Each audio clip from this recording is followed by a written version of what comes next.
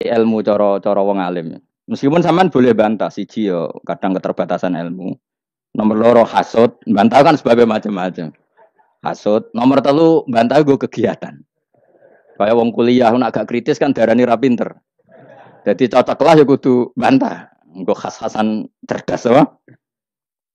Nomor papat bantahan itu sifatnya wong wedok. Menang kalah protes. Berarti kowe ora lanang berarti wedok, tukang protes itu wedok. Nomor lima, bantah itu berarti dia punya keiskalan, tapi nggak bisa keluar dari keiskalan itu. Jadi problem Anda ditimbangkan ke saya, itu ya rasopan. Problem-problemnya dia kok ditimbangkan ke saya. Begini terang no. Hukumnya Allah Ta'ala itu ada yang berstatus itu lugu. Lugu itu ya lugu ummi. Karena agama ini memang ummi. Ummi itu lugu. Sehingga agama ini tidak perlu diterangkan. Ketika Abu Hanifah, agama ini ketika datang, itu orang lugu. Lugu itu murni. Murni itu proporsional. Sehingga sifat ummi itu baik. Misalnya saya bilang gini, rungon awas kena keliru. Kalau kamu sholat itu batal kalau makan. Itu ukurannya satu upo apa satu piring? Satu upo kan? Itu sudah batal. Terus kalau saya bilang gini, Cong nak tamu keimangan, itu sak piring tak sak upo. Ndak jawab ya. Sak piring. Orang iso misal, tak keimangan gue sak upo. Nah, lalu Anda ditanya gini, lalu definisi makan itu apa? Memasukkan satu piring ke mulut, apa satu upo ke mulut? Dalam bab sholat, satu upo ke mulut itu makan. Tapi dalam bab hormat tamu itu satu piring. Setuju ya? Tak warai pinter kayak. Ayo tak warai ya. Wes setuju ya? Wes pinter. Lo jawab wes pinter. Urung. Lailatul Qadar ya ngono. Misalnya Lailatul Qadar menjadi super karena ada sesuatu yang super turun yaitu Lailatul Quran. Jadi menjadi super karena yang turun adalah sesuatu yang super dan itu artinya tanggal. Loh, sama ya aku cek. Iku utek tanggal selikur kabeh sing ngaji ning kene. Oh jelas inna anzalnahu fi lailatul qadar. Huruju ning ndi?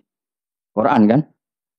Wa ma adraka ma lailatul qadar. Lailatul qadri khairum min alfi syahr. Makanya Lailatul Qadar itu ya bisa saja tanggal 1 kemarin sudah kelewat. Mbok entah ini jebelis baris dada. Atau mungkin Saban. Jadi perdebatan ulama tentang Lailatul Qadar. Malah ada wali yang bilang saya tiap hari mendapat Lailatul Qadar. Nah, itu malah ra kelas meneh, malah pusing, malah napa? Pusing. Udah gak usah mikir itu. Jadi hukumnya Allah itu ada dua. Ada hukum itu lugu dan ini bagus. Makanya saya itu kenangan saya terbaik dalam membela Allah dan Rasul. Saya ulang lagi, kenangan saya terbaik dalam membela Allah dan Rasul itu masalah faraid. Dulu mungkin banyak yang ingat lah ketika tahun berapa lupa saya. Tapi ada seorang menteri dan pakar Islam menggulirkan isu hak waris itu sama. Lelaki dan perempuan sama. Alasannya karena perempuan sekarang kerja. Jadi gara-gara kesamaan gender kemudian mereka ingin bagi waris itu apa? Sama lidzakari bisu hadil. Saya itu ditentang. Gerakan itu pernah menguat. Termasuk yang bisa dengan tanda kutip bisa menghentikan gerakan itu termasuk itu saya. Yang punya pikiran gitu tak parani. Tak tantang. Tak tantang begini. Saya bilang gini. Anda ngomong ini itu karena pinter apa karena tren? Tak tanya. Ya karena pinter. Saya ini kan orangnya keren, punya kepangkatan jos lah. Ya kepangkatan jos, kepangkatan dunia. Maksudnya cara pangeran bojos ora ya ora. Cara ukuran dunia itu jos loh. Tak tanya. Saya itu Pak, termasuk yang setuju gerakan kesamaan gender. Dulu kan lelaki perempuan itu beda sekali karena lelaki kerja perempuan enggak. Sekarang sama-sama kerja maka warisnya harus sama. Terus saya tanya gini, lalu penyebab warisan itu kerja apa lelaki? Dia jawab kerja. Dia nggak ngerti kalau ngadepin saya. Saya ini kan orang alim yang biasa belajar mantek. Dia ini raro aku ngalim. Sembrono ya jadi ini. Ketika tak tanya gini, lalu misalnya saya punya anak, yang anak saya putri itu direktur BUMN atau direktur bank atau direktur PT besar. Kemudian anak lelaki saya idiot, goblok. Warisannya dikasihkan siapa? Kalau kerja adalah alasan dapat warisan, berarti anak saya perempuan itu yang dapat warisan dong. Anak saya lelaki kan idiot, nggak kerja. Lalu warisan itu berdasar prestasi apa empati? Kalau berdasar prestasi, malah Anda ini aneh. sudah kerja direktur BUMN hanya karena dia kerja, dia dapat warisan. Karena Anda bilang asbabul irsi adalah kerja. Kalau saya bilang karena empati, saya juga gak fair. Yang kerja juga butuh modal gak saya warisi, tapi yang idiot tak warisi karena warisan berdasar empati. Lalu Anda milih mana? Bingung deh. Sampai dia ikrar, saya belum pernah mendapat perlawanan seperti ini. Karena Anda ngomong sama orang-orang goblok, kata saya. Terus saya bilang, saya ini ngaji Wahab, khatam berkali-kali. Anda mungkin baca kitab Wahab itu hanya terjemah. Maka menurut Islam, yang menjadi hak waris itu sebabnya zukurah wal unasah. Kelelakian menjadi dapat 2 bagian, keperempuanan menjadi 1 bagian. Dan itu Islam tidak mau urusan dengan prestasi maupun empati. Mujarrodul zukurah dan mujarrodul unusah. Sehingga dengan seperti ini tuh Islam nggak ribet. Coba kalau kamu pakai ilatul hukmi, pakai cara berpikir logika, malah ruwet. Karena tadi, kalau kesamaan gender itu karena perempuan kerja, lalu misalnya yang lelaki idiot misalnya atau pengangguran, warisan kamu kasihkan siapa? Kalau kerja itu menjadi alasan hukum, kamu kasihkan yang perempuan kan? Aneh nggak? Yang sudah kerja malah kamu kasih warisan yang nganggur? Enggak. Berarti berdasar prestasi atau berdasar empati. Kalau kamu dapat warisan, idiot dulu dong. Idiot dulu, goblok dulu, kecelakaan dulu, baru dapat warisan karena dapat empati. Yang sudah PNS nggak perlu dapat warisan karena sudah juga ruwet. Fikih seperti ini ruwet nggak? Ruwet.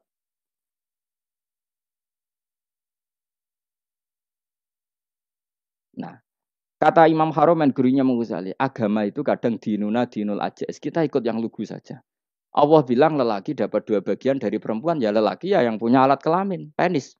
Perempuan yang punya farji, ya sudah gitu aja, gak usah ruwet-ruwet. Kenapa begitu? Ya sudah seperti itu. Nanti lama-lama gini kalau diterusin. Ada seorang dokter fikih perempuan. Dia menguasai fikih sholat. Ruhin lanang tapi gak menguasai fikih sholat. Rohnya mau pesolatan misalnya. Lalu yang jadi imam siapa kalau berdasar prestasi? Perempuan dong, karena dia doktoral fikih sholat. Dia menguasai aneh-anehnya sholat. Horo ibu masaili sholat dia menguasai. Sementara Ruhin takoi sholat itu apa Ruhin? Pokoknya ini gugus ngadeg terus lugu. Terus ngadeg malih. Apa? Ada ngulang. Nak salam ngalerin. Dia tahunya hanya itu dok. Lalu kalau nuruti, imam sholat adalah yang terpandai dalam fikih sholat. Tentu yang imami perempuan. Tapi agama ini tidak seperti itu. Pokoknya wong lanang imami. Wong beda. Jadi makanya kata Imam Haromen, dinuna dinul ajais. Sampai Said Muhammad itu sering ngutip beliau gini kan, Allahumma imanan ka imanil ajais. Ya Allah, semoga iman saya menerima konsep engkau itu ka imanil ajais. Imannya wong wedok-wedok sing lugu. Ajus itu perempuan lugu yang sudah sepuh. Jadi misalnya ngukur anak seneng ya anak kono gedang goreng, ngekei duwe, ya lugu saja. Itu bagus. Daripada kamu pakai argumentasi, karena argumentasi ini sebetulnya kelihatan cerdas, tapi ada kebodohan masif. Karena tadi, kalau hak waris kita otak-atik dengan prestasi, maka yang pro empati akan protes. Paham ya? Masa yang sudah kerja dikasih banyak, yang idiot enggak? Tapi kalau berdasar empati juga aneh. Masa dapat warisan harus goblok dulu, harus kecelakaan dulu. Maka Rasulullah pernah ngendikan ketika ditanya, lalu warisan untuk siapa ya Rasulullah? Nabi jawabnya lucu. Fali aula rojulin dakarin. Jadi Nabi sempat ngendikan kata rojul. Kemudian direvisi dakarin. Fali aula rojulin dakarin. Semua ulama ngendikan dakarin di sini adalah badal. Nabi ngendikan rojulin. Kemudian Nabi ingat kalau rojul itu identik dengan lelaki dewasa. Apa?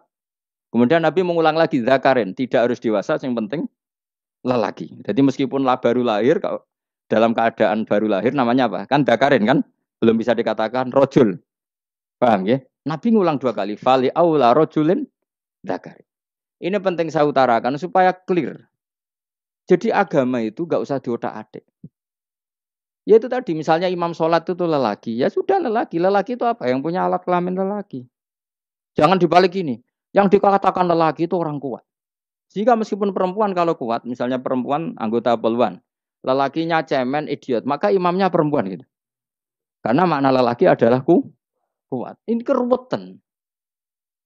Jadi agama itu tidak seperti itu. Nah sekarang kembali ke pilihan. Yang dikatakan pilihan itu orang hebat. Apa yang dipilih? Apa berdasar definisi? Apa berdasar kehendak yang milih? Loh, kok mulai pinter tumben. Tumpen ndak pinter. Alam raya ini milik Allah. Dan semua di alam raya ini milik Allah. Maka dipilih tidak dipilih itu terserah yang punya apa terserah kita. Apa terserah kriteria, apa terserah definisi. Dalam konteks kita sebagai objek diambil, tentu terserah yang punya. Kemudian Allah bilang, orang-orang itu saya pilih. Nah kalau milihnya Allah berdasar kepunyaan, tentu Allah boleh dong memilih orang yang sebetulnya berstatus dolim. Ya tapi ya tetap dia dolim, tapi ya tetap dipilih.